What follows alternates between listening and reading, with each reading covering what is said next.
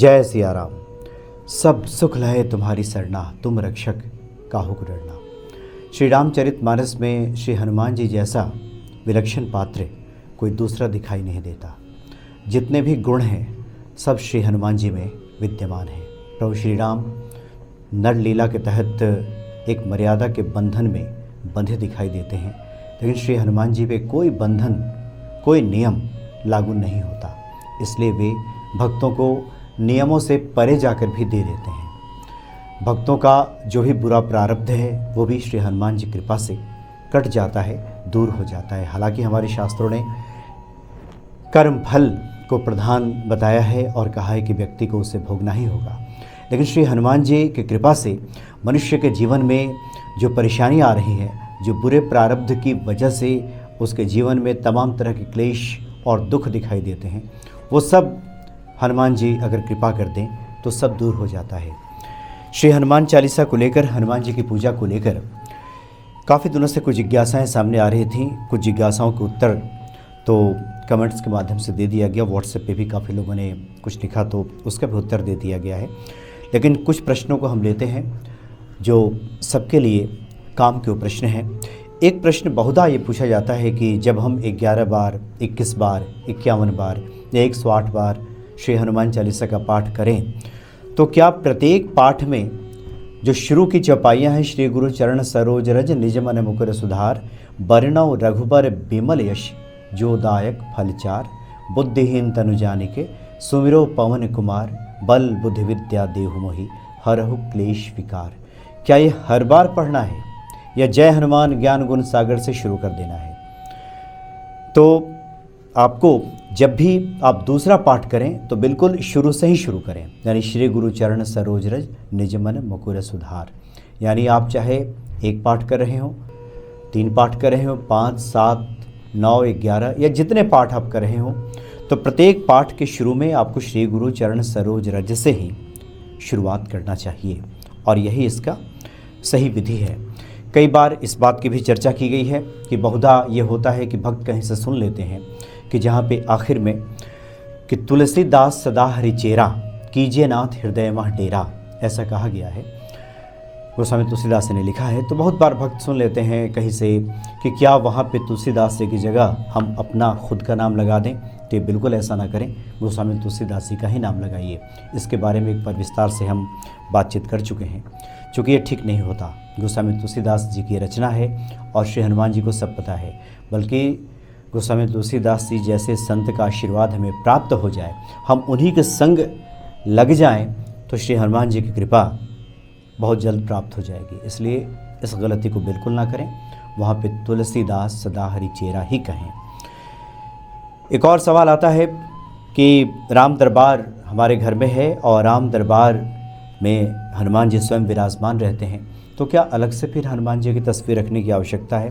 बिल्कुल नहीं। अगर श्री राम दरबार आपके घर में मौजूद है तो उसमें हनुमान जी विराजमान हैं, आप उन्हीं का पूजन कीजिए।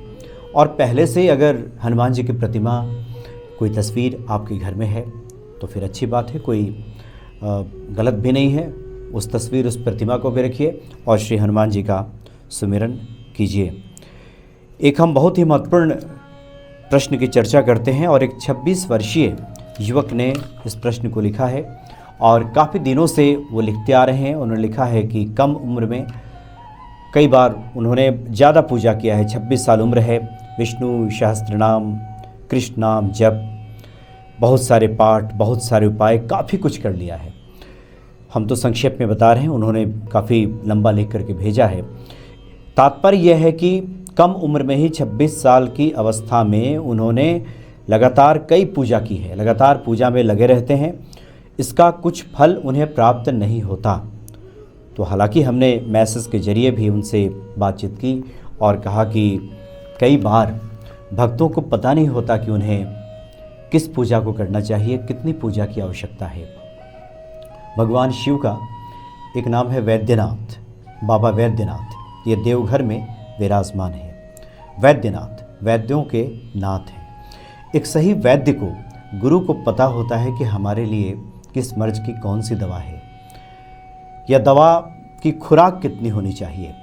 आध्यात्मिक जगत में भी यही नियम काम करता है।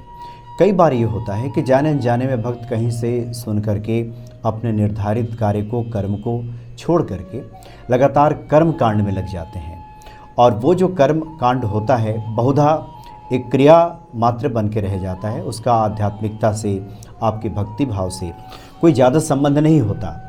बहुत सारे ऐसे लोग होते हैं कि इतनी ज़्यादा पूजा करते हैं कि उनका जो निर्धारित कर्तव्य है, जो कार्य है, जो ईश्वर इच्छा से, ईश्वर प्रेरणा से उनको दिया गया है, जो प्रदत्त किया गया है, उस कार्य के प्रति वो विमुख दिखाई देते हैं, उसमें पूरी तरह से संलग्न दिखाई नहीं देते, और बहुधा इस तरह के क्रिया कर्म में लगे रहते हैं।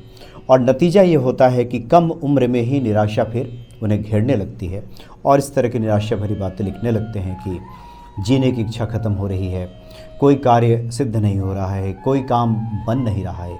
एक 26 वर्षीय युवक या कोई भी व्यक्ति जिसका निर्धारित कार्य है, अगर उस निर्धारित कार्य को छोड़ करके दिन भर एक सन्यस्त की भांति अगर दीप बाती करता रहे तो ये भी उचित नहीं है। बाबा वैद्यनाथ का नाम हमने इसलिए लिया कि एक आपका सही गुरु जो वैद्य है वो आपको बताएगा कि आपके लिए क्या सही है।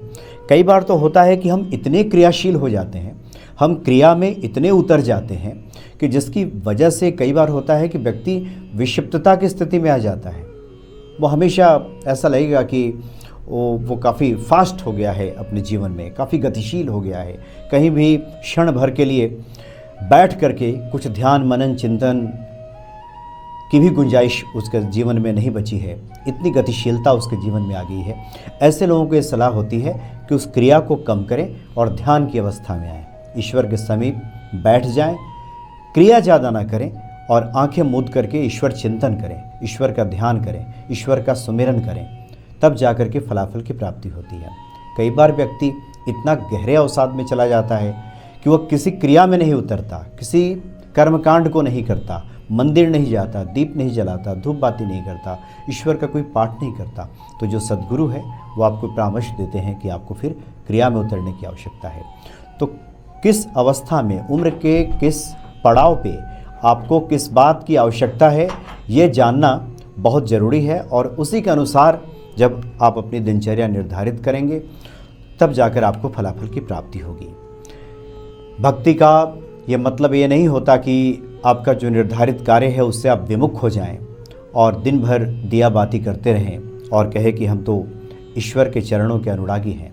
कई बार आप क्रिया में उतरते हुए दिखाई तो देते हैं, लेकिन हृदय के गहरे अंतस्थल में वो ईश्वर के प्रति वो भक्ति, वो अनुराग, वो प्रेम का अभाव रहता है, वो बस क्रिया बन के रह जाती है। और कई बार ये भी होता है कि आप अपने निर्धारित कार्य में जुटे रहते हैं, लेकिन साथ ही उस कार्य को करने के दौरान ही ईश्वर चिंतन चलता रहता है, ईश्वर का सुमिरन हमेशा बना रहता है। इसलिए कर्म को प्रधानता दी गई है। कर्म को प्रधानता का तात्पर्य ये हुआ कि जो भी हम कार्य करें वो ईश्वर के निमित्त बनकर के करें, उसकी फलाफल की चिंता ना करें, लेकिन जो निर्धारित कार्य है उसको करें। अब जिस 26 साल के युवक ने इस प्रश्न को भेजा है उनके लिए आवश्यक है, अगर वो विद्यार्थी हैं तो विद्या का अध्ययन करें, किसी नौकरी चाकरी की तैयारी में लगे हैं तो जी जान से उसकी तैयारी करें, सुबह श्री हनुमान चालीसा का पाठ करें और ईश्वर का सुमिरन स्मरण दिन भर बना रहे। अब ऐसा नहीं कि 1000 पाठ किए जा रहे हैं, विष्णु सहस्त्रनाम का पाठ किया, उसके बाद 108 हनुमान चालीसा का पाठ कर लिया, फिर बैठ करके सुंदरकांड का पाठ किए जा रहे हैं, फिर मंदिरों का दौरा कर रहे हैं। आपका ये निर्धारित कार्य अगर नहीं है तो इससे क्या होगा, आप कार्य विमुख होंगे और इस तरह की निराशा आपको हाथ लगेगी। इसलिए धर्म को, अध्यात्म को, भक्ति को सही मायने में समझने की आवश्यकता है।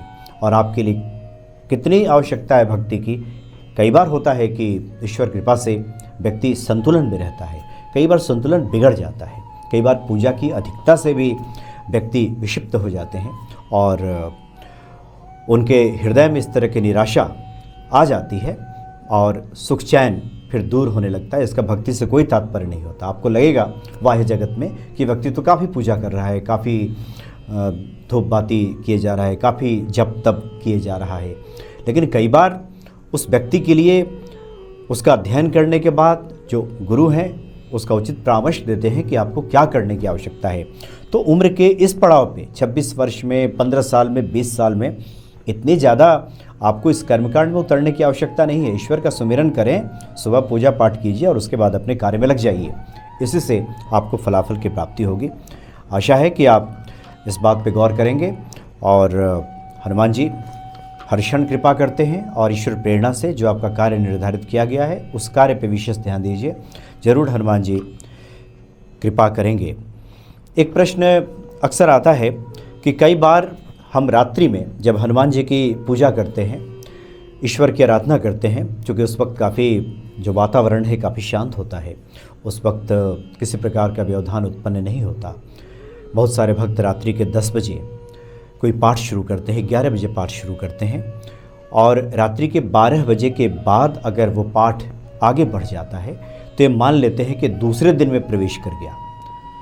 तो इसी से जुड़ा ये प्रश्न है कि क्या हम रात्रि 10 बजे अगर पाठ शुरू करते हैं, 108 हनुमान चालीसा का पाठ करते हैं और रात्रि के 12 से ज़्यादा अगर समय हो गया तो क्या ये दूसरे दिन में इसकी गिनती होगी? ये बिल्कुल नहीं। हमारे धर्मशास्त्रों में सूर्योदय के बाद दिन बदलता है। रात्रि के 12 बजे के बाद घड़ी की सुइयाँ भले ही तारीख बदल दे, तिथि बदल दे, लेकिन हमारे यहाँ जो समय बदलता है सूर्योदय के बाद, इसलिए ये उसी दिन की पूजा मानी जाएगी। आप रात्रि में निश्चिंत होकर ये पूजा कर सकते हैं। एक प्रश्न और भी है, क्योंकि एक बार चर्चा हुई थी कि जिस व्यक्ति के जीवन में परेशानियां हैं, कठिनाइयां हैं और उस परेशानियों का कोई निराकरण नहीं मिल रहा है, कोई उपाय नहीं मिल रहा है, तो एक महा उपाय है श्री हनुमान जी का कि मंगलवार को आप या तो घर में या मंदिर चले जाएं, वहाँ पे श्री हनुमान जी की पूजा आराधना कीजिए, उनको कुछ नैवेद्य चढ़ाइए, धूप बाती कीजिए और उसके बाद जितनी आपकी उम्र है, मान लीजिए कि आपकी उम्र 20 साल है, 21 साल है, 25 साल है, 30 साल है, जितनी भी है उतना हनुमान चालीसा या उसे एक बढ़ा के, अगर 20 साल उम्र है तो 21 हनुमान चालीसा वहाँ पे कीजिए। एक बैठक में कर लें तो बहुत अच्छा, और हनुमान जी से प्रार्थना कीजिए।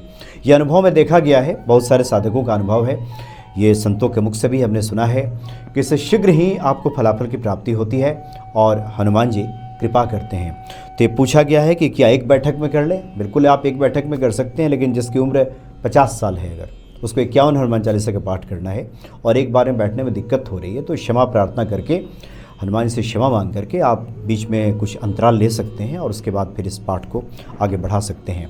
लेकिन कोशिश कीजिए कि एक बैठक में ही अगर ये पाठ पूरा हो जाता है तो ये बहुत बढ़िया रहेगा, सबसे अच्छा रहेगा।